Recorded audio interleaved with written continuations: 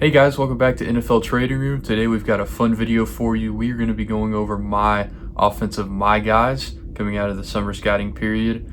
What a my guy is in the draft community, that's a term for if you've got a player higher on your big board than the consensus big board, or higher in your positional rankings than the positional consensus rankings.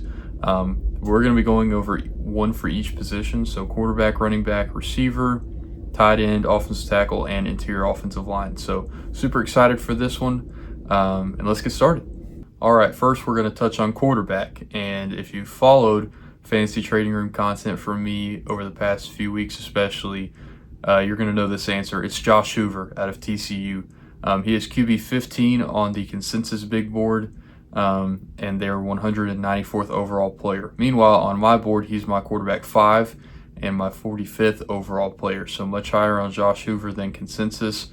Really a big fan of his processing, his ability to go from read to read quickly and efficiently. I really like the arm talent. I don't think it's super special, but it's definitely NFL caliber, and the release is super quick. The footwork is clean. Something he's got to clean up just a little bit is the decision making, in terms of he thinks he's got this rocket arm sometimes that he can fit it into any window, and he realistically can't. But you got to love the confidence there. Just needs to dial it back in some of those situations. Pretty athletic, not used much as a rusher in TCU's offense, but athletic enough to navigate the pocket, extend some plays, and improv once the play breaks down. But really a big fan of Josh Hoover's ability to win within structure from the pocket, and I'm really excited to see what steps he takes in 2025. And moving on to running back, I've got Darius Taylor out of Minnesota. On the big board, he is RB 11 and the 158th overall player. On my board, he's my RB 5 and 29th overall on my big board. Really big fan of Darius Taylor. This is a guy that's 6 foot, 215 pounds, runs like a bowling ball. Tacklers just bounce right off of him. Runs really hard, really aggressive, runs with power. But for a bigger back, he's got some wiggle to him once he gets in the open field. I think there are some lapses with his vision that he needs to clean up, as well as the pass protection. But weirdly enough, for a bigger back, he's used quite a bit in the receiving game, even split out wide. And I thought the couple of times that he actually ran an actual route, it looked pretty clean, especially for someone of his size. But big fan of Darius Taylor. He's not a guy that's going to, rip off a 75-yard touchdown most likely, but he's going to get you 5 yards carry after carry after carry. He's the type of guy to really wear a defense down as the game goes on. And I look for him to have a big season for Minnesota in 2025. Next up, as we move on to receiver, we've got a guy that I have been pounding the table for pretty much the entire summer scouting process. It is Noah Thomas out of Georgia. He transferred over from Texas A&M. On the consensus board, he is their 53rd wide receiver and 442nd overall. I've got him at wide receiver 5 and my 39th overall player. Big fan of Noah Thomas. He is a legit 6'5", 205 pounds. Profiles as that traditional X receiver, but can do a lot of the things that really any receiver position can do. He's got insanely quick feet for his size. I think the route running at times is very advanced. Still needs to clean up a little bit of the intricacies, but the quick feet really help him get in and out of breaks. He is dominant at the catch point. He's got a massive catch radius and great hands. So you can use him in jump ball situations. You can use him underneath. You can use him as a guy to get some run after catch. But he is also a legitimate deep threat. His deep speed is lethal. And if you don't have a corner that can really cover him down the field, you're going to be in for a long day. And I just think Noah Thomas might be one of the best all-around receivers in this class outside of Jordan Tyson. And I'm really excited to see how he improves this season. Should improve that Georgia passing attack. That Georgia passing attack last year lacked some of the weapons that they lost from 2023 with Brock Bowers and Ladd McConkey and some of those guys. So Noah Thomas should be the leading receiver in that room, in my opinion, and should have a big season for the Bulldogs. Quick break in the breakdown. Just want to remind you, if you've made it this far, thank you for sticking around. Also, if you wouldn't mind to go down and like this video, also drop a comment if you want.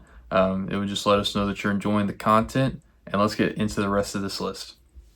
Next up at tight end, I had to throw a Tennessee guy on here. It's Miles Kitselman out of Tennessee. On the consensus board, they've got 56 tight ends rated. He is not one of them, so he is completely off the board. He is my second overall tight end and my 62nd overall player. Still got to finalize some tight end grades, so he may fall down the board just a little bit, but I think he's firmly in that top 5 range as far as my tight end rankings go. Really love what he does as a blocker. He competes his butt off, really gets after it in that phase of the game. So it's good strength at the point of attack. Some bigger defensive ends do give him some trouble, but that's typical for tight ends. But at his size, he's 6'5", 255. He moves really well. Not going to be the shiftiest tight end, but once he gets going, he has good top end speed. I like what he does as a route runner. I think he's got good hands. He had 0 drops in 2024. And Josh Heupel, the head coach at Tennessee, always preaches how important the tight end position is for Tennessee. And Miles Kitselman should be a pivotal role, especially with all the pass catchers that Tennessee lost last season. I believe he had 22 catches for 300 yards and 4 touchdowns. I expect those numbers to take a jump in 2025. Next up, moving to the best position in football, it is offensive tackle. And we're going to be talking about SMU's P.J. Williams. He is the 22nd overall offensive tackle on the consensus board and their 143rd overall player. I am sizably higher than them. I've got him as OT9 and my 86th overall player.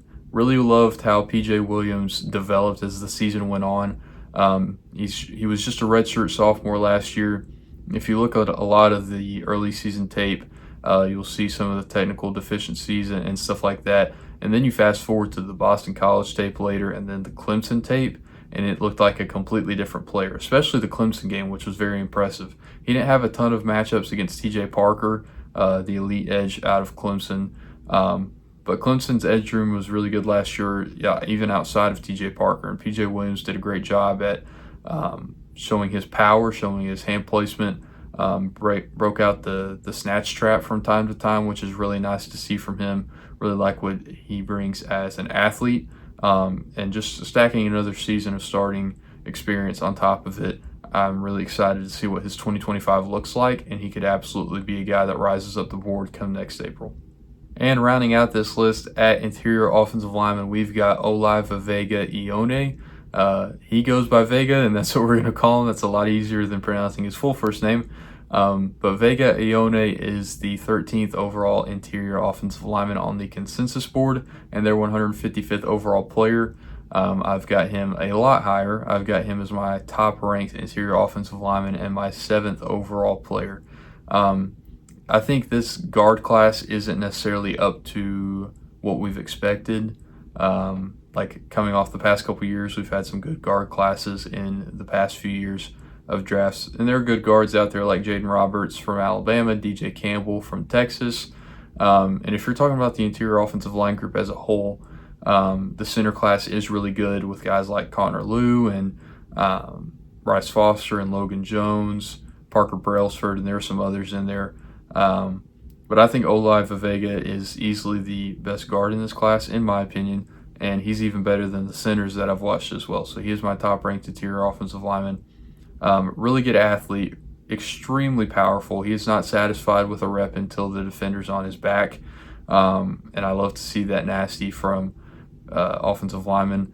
Penn State's going to have one of the best offensive lines in the country this year, and I would expect Ione to lead that offensive line as in terms of being the best player on that group.